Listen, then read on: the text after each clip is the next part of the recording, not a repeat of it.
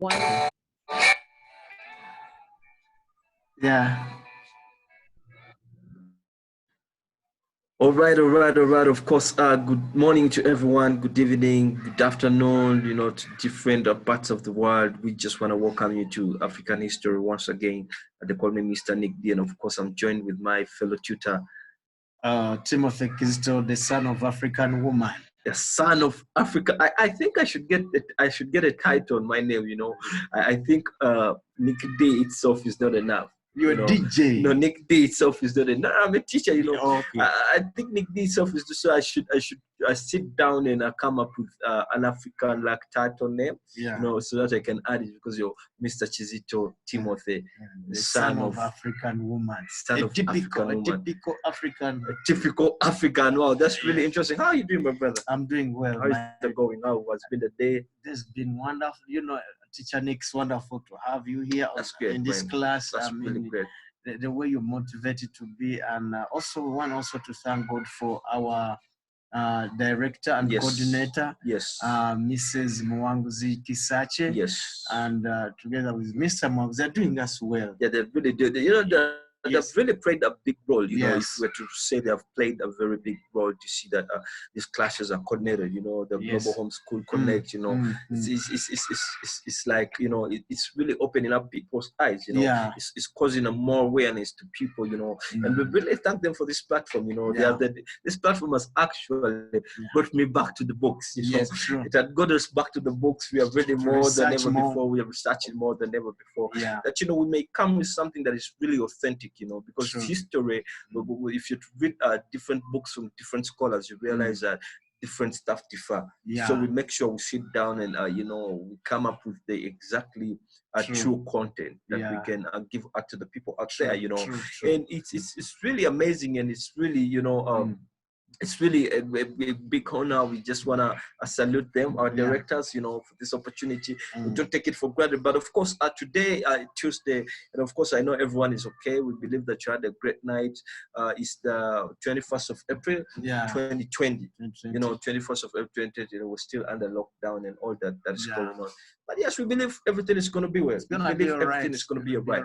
But coming back to our matter, African history, the son of African woman. Yes. Mr. Timothy Kizito. Yeah. What do you have for the class today? What are we going to be sharing with the class today? Little insight. Yes. We've been talking about transatlantic slave, and we went through a lot behind the scene. In the previous notes, and we were asking them to ask us questions or to put their questions in if there is any question they have sent to us. Yes. Can we start from there? Teacher Nick D? I think we don't have questions as yet. Yeah. It's still an interesting class. They are getting everything that we are trying to teach them.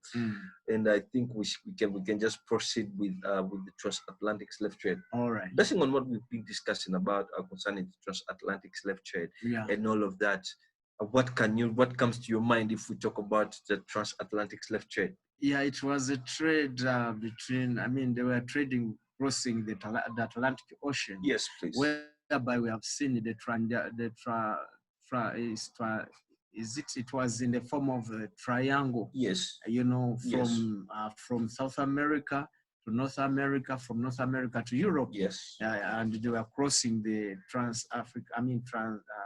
the Atlantic Ocean. Yes, please. So, and it made it, the journey was triangular. Yes, please. So we've been recovering. We've been discussing and seeing a lot of trade based on economic, motives and all. Yes. We are reaching in the interiors of Africa, getting the materials and, getting the people as a commodity. Yes, please. The human beings were actually like goods. Yes. They were like gold. They were like silver. They were like, So when they are taking them to their hungry industries, yes, and now we are here again, we are scooping more to show them, as you told them, that they're going to see them the pictures of how these people, how they used to get to them. Yes, please. How they traveled that long distance. Yeah. So trading people, imagine. Yes. Teacher Nick. Yes, it's really absurd, I should say, but some things are supposed to be the way they are.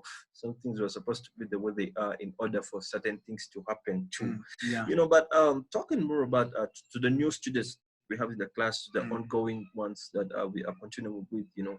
So this is the most major trade that you're gonna read about. That they're going to tell you about concerning the continent of Africa. It's the impact it left on the continent of Africa. I mean, it's the reason as to why it's the greatest, like, you know, it's the common greatest trade that you're going to talk about when it comes to the continent of Africa. The other trades are going to come in. The Indian Ocean trade is there, yes. When you see the Indian Ocean trade, still these guys were got and they were taken to the Transatlantic slave trade. You know, they were taken to the West Africa, and then from there they were sold, you know, to these all imperialist rulers and all of that, the colonialists and the trade masters. When you look at these other trades, long distance trade, like we had talked about it yesterday, and you look at these all other trades that are going to come in, and actually most of the tribal wars, most of the conflicts, the rebellions in the interior of Africa were as a result of this trade. As a result of slave trade. That's why it's so important for us to cover this trade and make sure that when we are tackling other parts, when we are tackling different parts like the rebellions, you at least know the picture. Why were these tribes rebelling after one another? You at least have the picture of why they were fighting one another, because you're gonna find out, Teacher Timothy, that you know, my clan, my tribe. My tribesmen were fighting your clan, you know, in order to, you know, to get captives from you and sell them to, you know, and sell them in order to get goods, to get guns, to get mirrors, to get all those kinds of clothes and all those kinds of goods. So all the people like the people like we get after when the war is done, when the conflicts are done and all of that. I mean, your people that are left, the remnants, you know, the remnants that are left behind, you'll find that maybe my clan never wanted to kill them. And the only solution, and it's never wanted to, like, you know, because the more we kept them, the more another clan kept, you know, remnants from another clan. You realize that there was too much in expenditure in terms of food, agriculture, and all of that. Teacher Nick, yes, we want to refresh and see, because it was a lot. It was a deep operation in Africa. Yes. And what was, I mean, we want to picture out and see after. I mean, as time goes by. Yes. What happened after when the slave trade has done? I mean, the abolition of the slave trade. Yes. What happened to Africans? Yes. The African settlers, those who remained behind, the few people, and how did they emerge to grow to the big number, to the where we are right now? I think as we are covering the trans-African slave trade, we need to draw that picture so people to see where they left us and that we are no longer where they left us. Yes, that's exactly. Definitely, we're going to be going into that, but of course, going right further ahead, we're going to look at how Africans were taken to the coast, because sometimes we're telling you how these guys were transported to the coast, and we're telling you about these old tribal wars that we're going to be talking about. We're telling you on how cultures changed from how they used to be to how they changed, you know, but you don't get the picture very well. You know, so today we decided to dig into these pictures and show you what really went down, because you're just gonna realize that some chiefs and some kings benefited out of the slave trade, and we have figures of chiefs that really benefited mostly in the West. We realize some chiefs in the West Africa greatly benefited from the transatlantic slave trade. You know, the reason is that the goods that they got, and the goods these guys were lying with the chiefs and the kings and the rulers of then. I mean, they really motivated them. They really pushed them. They really brought about the zealness of them to go and get more captives so that they can sell them into the transatlantic slave trade. And this trade, like we said yesterday, the long distance trade is also as a result of the transatlantic slave trade, because these guys have to walk this all distance, you know, they have to walk this long distance in order to take them reach to the coast, in order for the masters to sell them to the, you know, to the slave masters and all of that. And you're going to find out that some people who were involved in selling human beings were African leaders. You know, as they came to reach to these chiefs, I put a scenario that this maybe this chief, I mean, these were the financiaries. Exactly. When they came to the coast from the Atlantic Ocean, yes, they couldn't reach inside the coast. They are just, I mean, inside the interior of the Africa. Yes. They just stay on the coast, on the borders of, yes. of the Atlantic Ocean. Yes. Giving opportunity to these people yes. who are supposed to what? To, I mean, also to make money. Yes. Go and buy. Yes. People inside. Yes. Going and buying the people from the inside. Yes. Because they're afraid, maybe also the hostile animals. Yes. And they travel. I mean, walking a long distance. Yes. They just left this to the people, to the local people. Yes. The chiefs themselves. Yes. Yes. Also, in return, yes. these chiefs are making money, and they made it as a business. Exactly. To sell their fellow. Yes, to sell their fellow, their yes. fellow Africans. Yes. Okay. Yes. To sell to their fellow. Something is very, very weird. Yes. It's weird in a way that you are my brother. Yes. Yeah. Yes. How can I, get that hatred? Like maybe to see you as a commodity. I know. To sell you to other, these people whom I don't know because of money. Sure.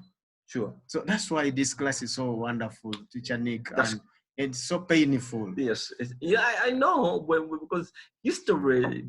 That's why some people just have to be. You just have to be a Pan-African. You just have to be a real Pan-African, because when you go through these stories, when you look on how people were mistreated, how people were brutally killed, and how they were separated from their families, on how they were divided, on how these guys actually they teared Africa apart, When you to go through all these stories, man, you just have to be a Pan-African. You just have to have the zealous and But then we just have to go through the history, because when you look at the screen here, you realize that the major Atlantic slave trading nations ordered by trade volumes were the Portuguese, the British, we had the French, we had the Spanish, we had the Dutch empires, and the Danish, along with an occasional Norwegian.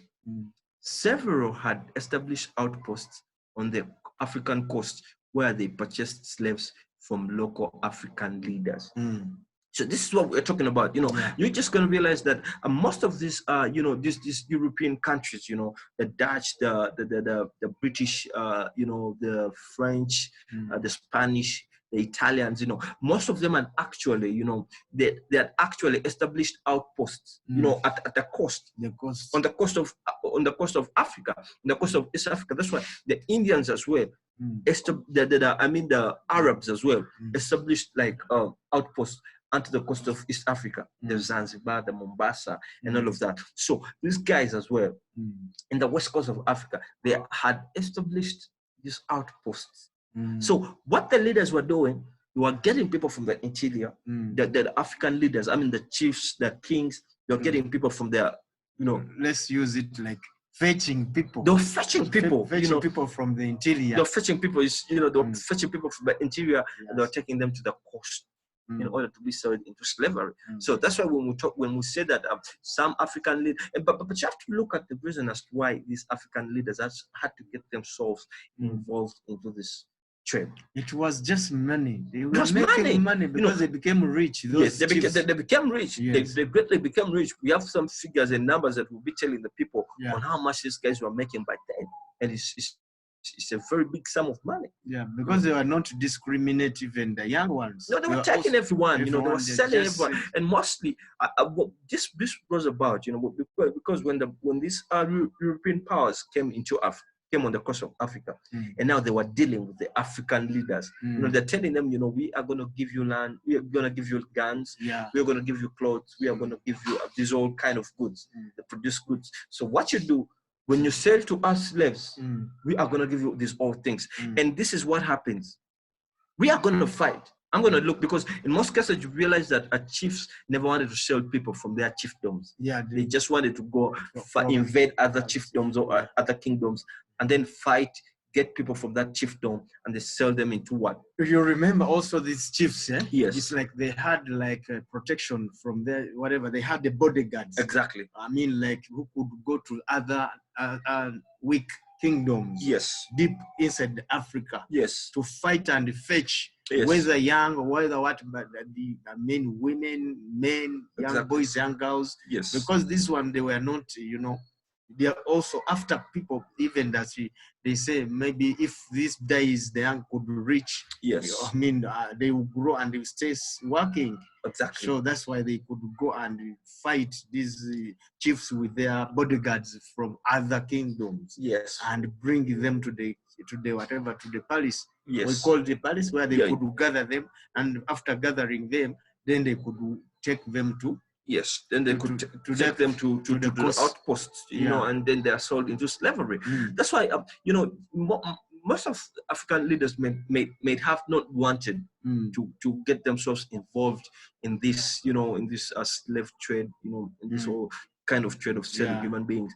But you have to look at what pushed them, because when I don't want to carry out, when I don't want to participate in this slave trade or in the selling of human beings, my fellow chiefdom, they are going to accept, they're going to participate. So what they're going to do, they're going to become more strong, militarily strong. Yes, getting the guns. So when they get the guns and they become militarily strong, I'll be afraid that they will take over my territory. Yes. So I'm left with no option but to get myself involved in this slave trade in order to strengthen my militarily to become strong. Yes. Militarily to become strong. So when you look at like we've said here, so these guys, they established. So these were the posts. Actually, when you go to the West Africa, there are so many historical sites that have got this out. Actually, these outposts are still there up to date. I believe that one day, of course, in life, yes, one day at a time, yes, we are going to go to West Africa. Exactly. We'll be able to capture even here. Yes. We start from here. Yes. But one day in time, we shall go to West Africa to get those captions and videos and everything. Historically, yes, you'll be able to see and to access them in this class. That's true. Well, going further ahead is the map you can look right here. Is you're just gonna realize that. You're just gonna realize that that. The triangular trade. When you look at the, when you look at the screen right here, you look at the triangular trade. This is a trade that we're talking about. And when you read the points that we're able to break down, the patterns, a pattern. Of course, when you look at the patterns. When you look at the patterns, the way we displayed them right here, you're just gonna realize something that is really so unique. The patterns of trade developed between England, the 13 colonies, those are the United States today, Africa, West Indies. The West Indies, of course, we had the Caribbean, we had the South America. Colonies provided raw materials to parent countries. Colonies in here, we had the 13 colonies of the United States of America.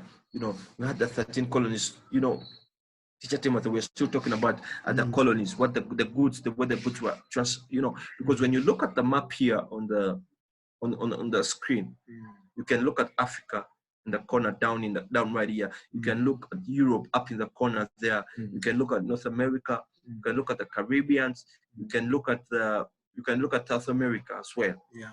And this is the Atlantic Ocean. The pattern can clearly show you that colonies provided raw materials, like we said yesterday. Yeah. To the parent countries. So what parent countries manufactures goods from the raw material. So the parent country has to manufacture goods. The parent country in here were the Europeans. The colonies were the 13 colonies, which are the United States of America today. And the manufactured goods shipped to markets around the world, including the colonies. So these guys were bringing back, the finished products. They're bringing the finished products back to Africa and their colonies to sell those products. That's why when the British lost their 13 colonies, which are the United States of America today, I mean, they experienced so many challenges. We had the economic depression. One of the greatest, actually the greatest cause of the economic depression was the American War of Independence. The American War of Independence, when the America got their independence, the British had lost their 13 colonies as their colonies. They were no longer their colonies, you know. And this happened during the American War of Independence, you know. So when they lost, this really, you know, this actually evoked a scholar known as Cecil Rhodes, you know, to note down certain things. You know, he said he was in the east ends of London, and all he had was a cry for bread, and bread. So it's addressing the parliament. Is saying what we have to do if we really have to avoid the bloody civil war, because the bloody civil war was gonna break out. It was going to break out in the British, you know. It was going to break out. So if we want to avoid the bloody civil war, we have to find how we are going to settle. Actually, the number is about 30 million inhabitants. You know, the 30 million inhabitants, they're unemployed, you know, because factories are not operating no more. They had lost their colony, the 13 colonies where they were selling, the goods, you know, and where they were getting the raw materials from. You know, now the 13 colonies are closed. They are no longer accepting them to carry trade in there. You know, they can't even go carry trade. So everything was a mess. They experienced what they call the economic depression. You know, it was great to an extent that they had to find more means. This really pushed the British to come into Africa, to take over Uganda, where we are today, to take over Kenya and certain parts, and different parts of, you know, of Africa, because they wanted to settle.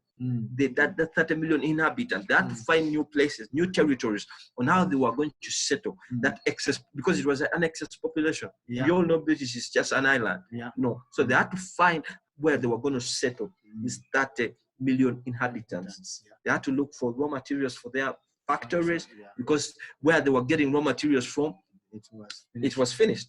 So they wanted to revive. You know, they wanted to get market for their produced goods. You know, they wanted to get market for their produced goods. And what else? Where they were taking the goods out in the 13 colonies, they had lost them. They had lost. There were no more. They wanted to invest, to reinvest their excess capital, because you realize in this slave trade that was going on and this old stuff that was happening, these guys had accumulated a lot of money. So their desire to, you know, to reinvest their excess capital, it pushed them to come into Africa. Going further, this is how history is interesting. You know, it's just a story, and everything adds, everything joins. That's why the reason that's why we are going through the transatlantic slave trade. It's going to open your mind about the history of Africa. It's widely going to open your mind about the history of it, because everything we're going to be talking about, this trade is going to be appearing. Yes, please. Being economic, you know, everything, Teacher Nick, based on economic terms. It is involved in any way. There is no way how you can escape it. Because it's when economic is shut down, economically, even as you see right now. There is a shutdown. I mean, certain businesses are not moving. People are crying. Exactly. So that's why this trade, it was economic, whatever. That's why it is appearing in the history of Africa. Exactly. Of course, going right further ahead is we are looking at these images right here. You know, we are looking at these images right here. When you look at the images right here, you realize something that is really more vital. This is how we talk about now. This is part of the long distance trade, but these people are taken to be sold. The so-known transatlantic slave trade. These guys are gotten from the interior of Africa, and they're taken to be sold on the coast of West Africa.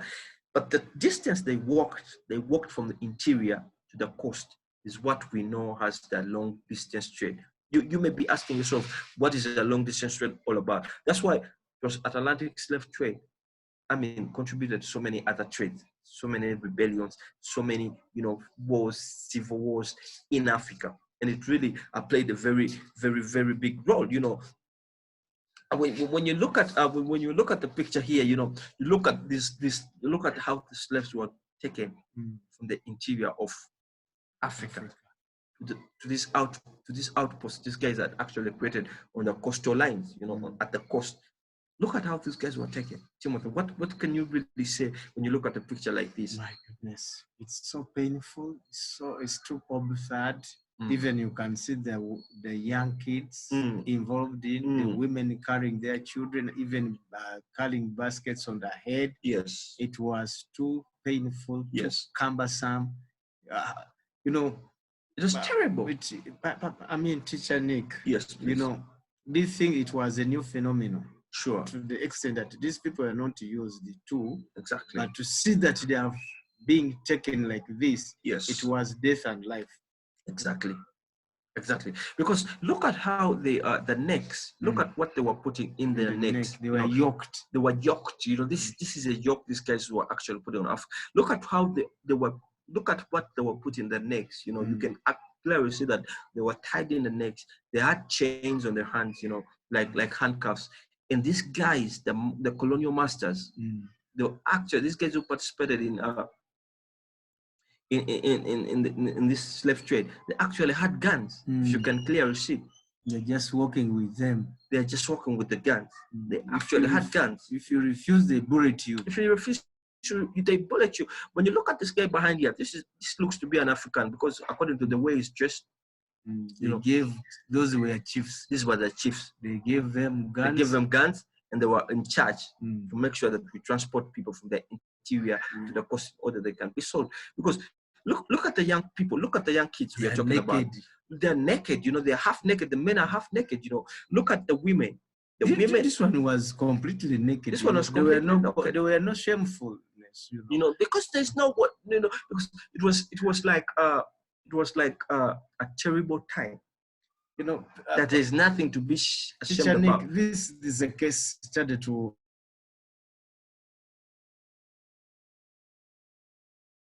this country to die. I mean, you cannot even afford to refuse to die. Yes. Because first of all, the weather itself. Yes.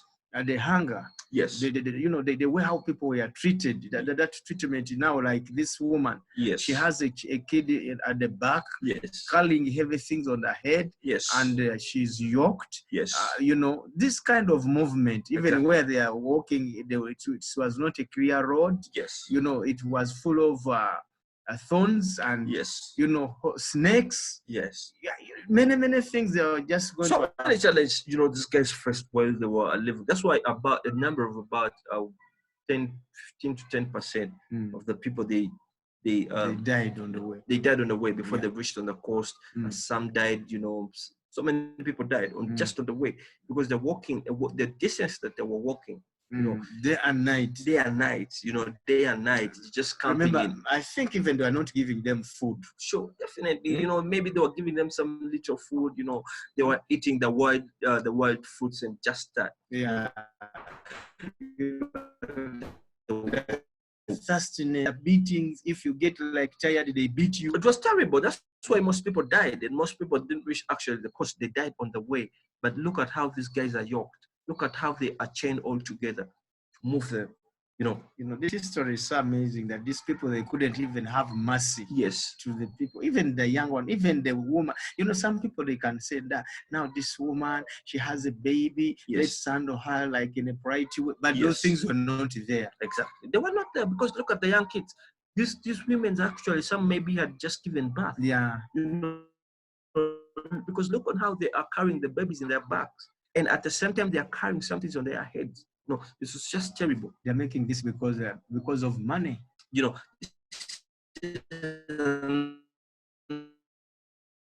another clear picture that you can see right here. You know, sometimes they are taking slaves, but they are still taking goods from the interior of Africa. Yeah, by the way, somebody may ask, what were they carrying on the head? Of course, goods. They were still, you know, they were still dealing in this all other materials. You know, gold. Beads.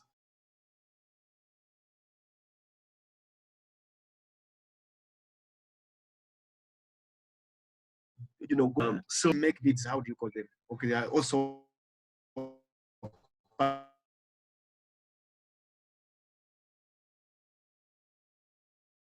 part of the material. Look at how these guys, you know, are chained together. They're all chained together, and they're all carrying stuff on their heads.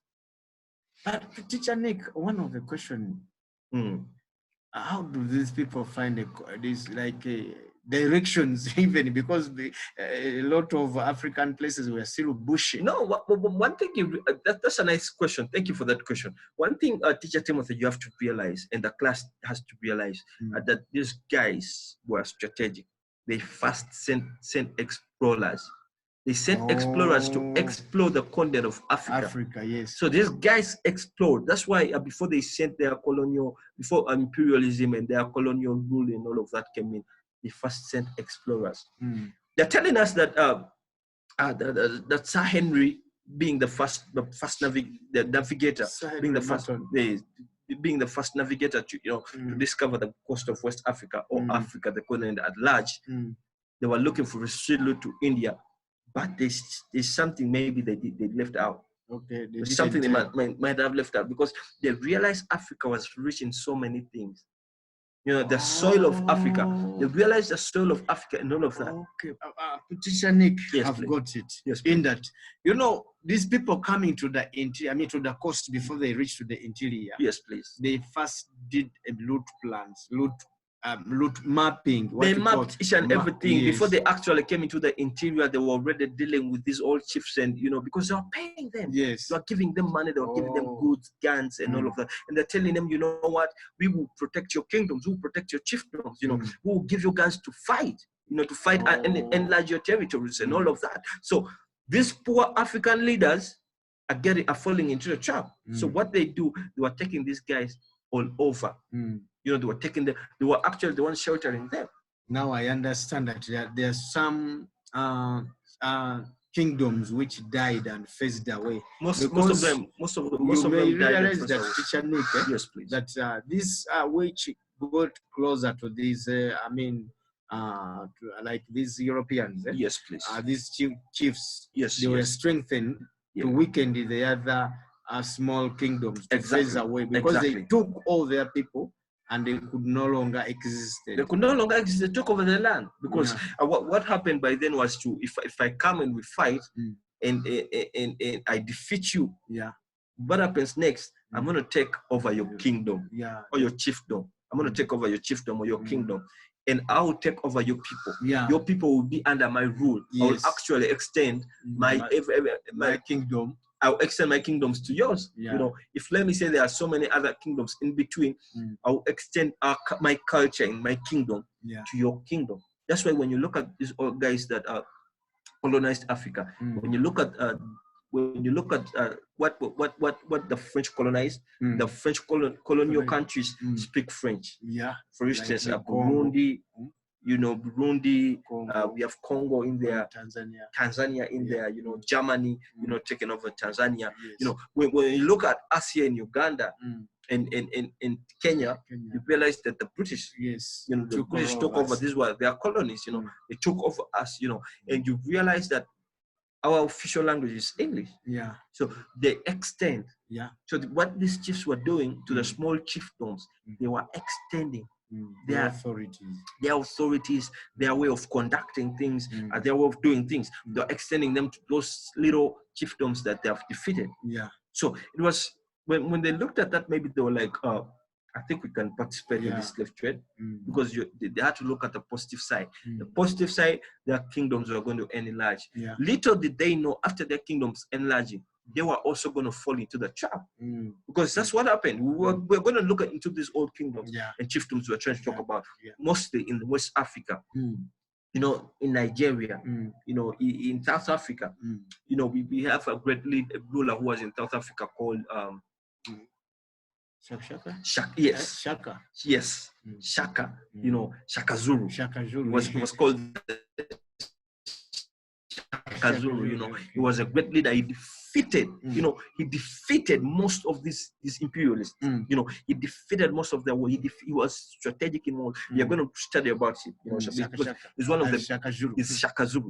He's one of the Africans' greatest African leaders of all time.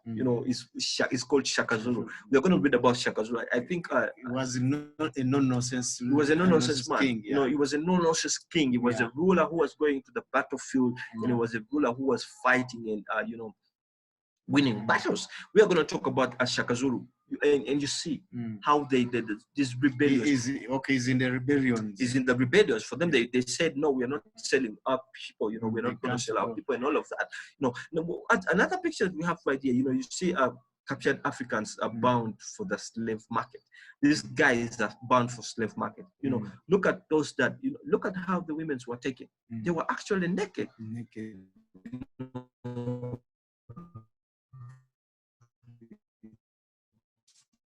They were completely. You need to tell the classes out there in America right now watching and following us.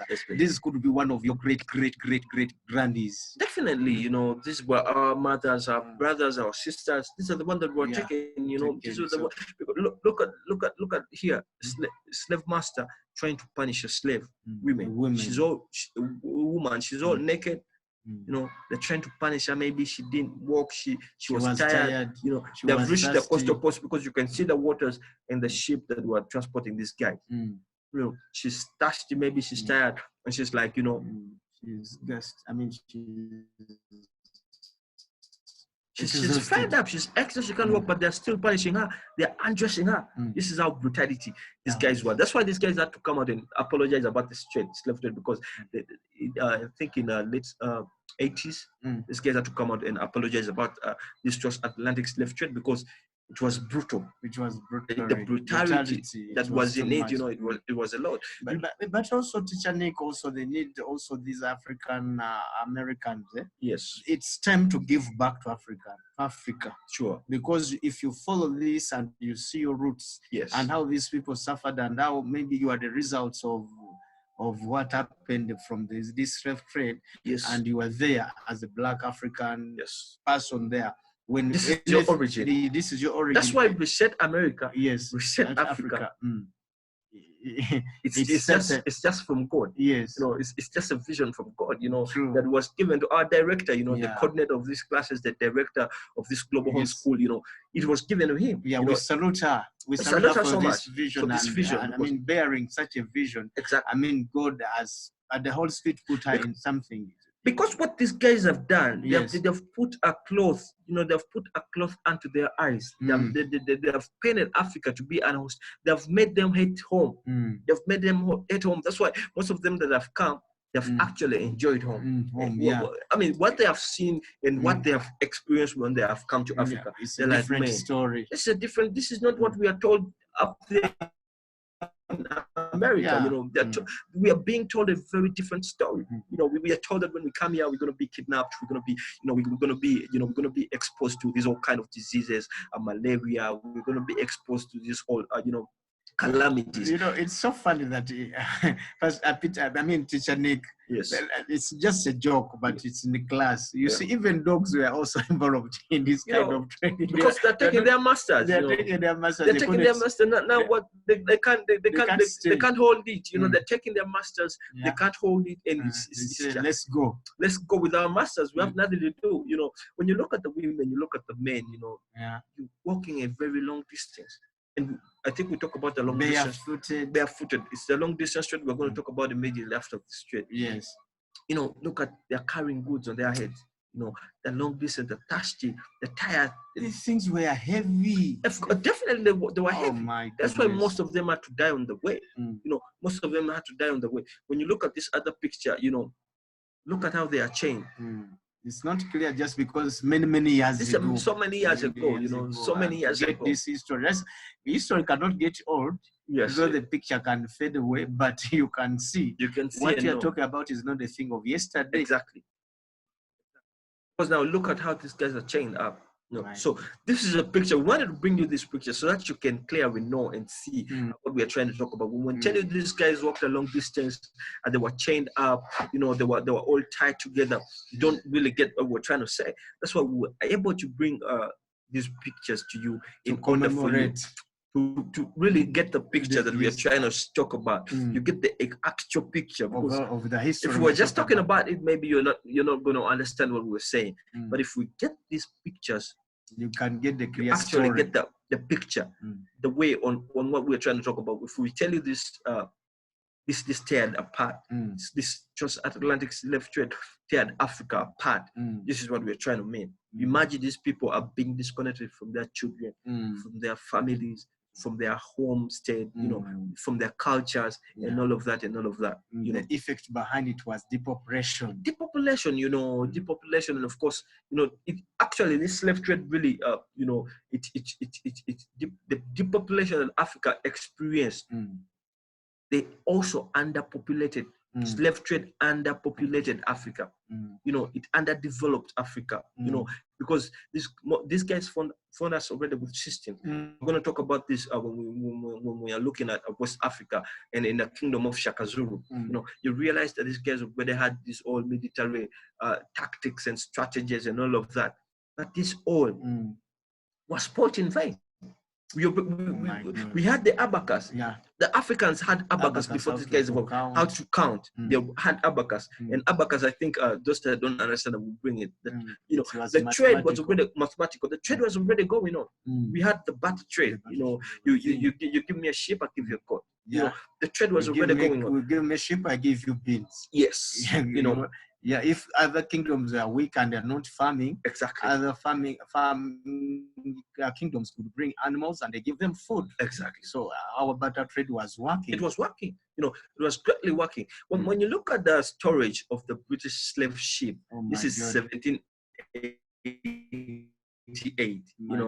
Plan of the lower deck with the storage of 292 slaves, 130 of these being stored under the shelves, as shown in the figure and the picture below. And I mean, 130 of these being stored under the shelves. 130. You think about the suffocating. Think about that suffocating. Of course, it was great. It was great. Suffocation was great. And most of them were actually killed on the way. For those, we are going to talk about those companies that were involved in buying slave trades, because there are some companies that were majorly involved in buying slave trades, and most were in the British, most were in the Europe. We're going to be discovering about those all companies that got themselves involved. But when you look at the screen here, Nick, yes, please. Let us first have a break of. I'm just asking you kindly, yes, please, to think about those who died on the way, those who died, suffocating, which they couldn't. They couldn't cross over to reach there. Yes. And also after we're going to celebrate those who have, successfully reaching there and working those plantations. But let us first have a moment just of a silence, just to commemorate. To remember those who died on the way, as in class. Yes. Wow, it's absurd, yes, but then that's history, history. It's absurd. We are talking about our parents, and we are talking about our children, we are talking about our relatives and all of that, But look at how these guys are being piled up. My goodness. Look at how they are piled up, one after another, one after another. There's no space for them, When you look at the corner, right here at the corner, look at how these guys, look at how this guy, look at what they did. If you are seeing it from a distance, you may think that it's a design of something. You may think it's just a design, like a zip. You may think it's just a design, You may think that it's like a zip of something. Yeah, but these are human beings. Human beings, the way they are compiled. Yes. So, try to teach a nigga. One after another, man, suffocation. There's how you can gazette it like. These are human beings. These are not zips or something. These are human beings. You can clearly see one after another. Tied one after another, And when you look, this is another one, This was actually a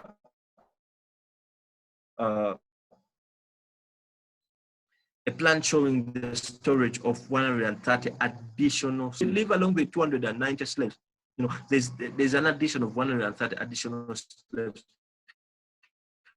around with wings or sides of the lower decks by the men. Look at them. Boys, women were alone. Boys were just separating the men from the women. Yeah. You know, it was just terrible.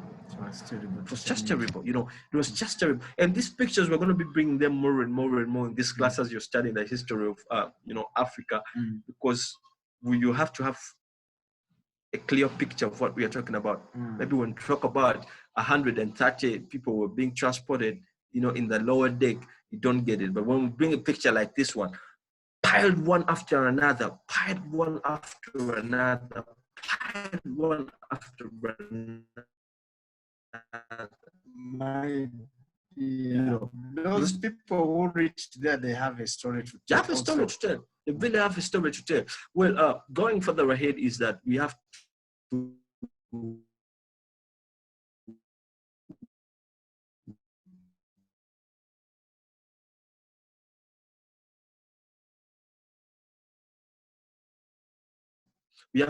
we have to understand 12.8 million Africans, Africa, you know. So it was terrible. You know, it was great. What do you have for the people? There were no way of escaping it. Exactly. But you know, people, they had to admit and go through it, you know, not leaving even the young one and the old one. Sure. So it was a terrible situation. By that time, it was the COVID of the moment. Sure. So people out there, even in the class, this is interesting. We pray that we're still connected to this class as we go through with teacher Nick to get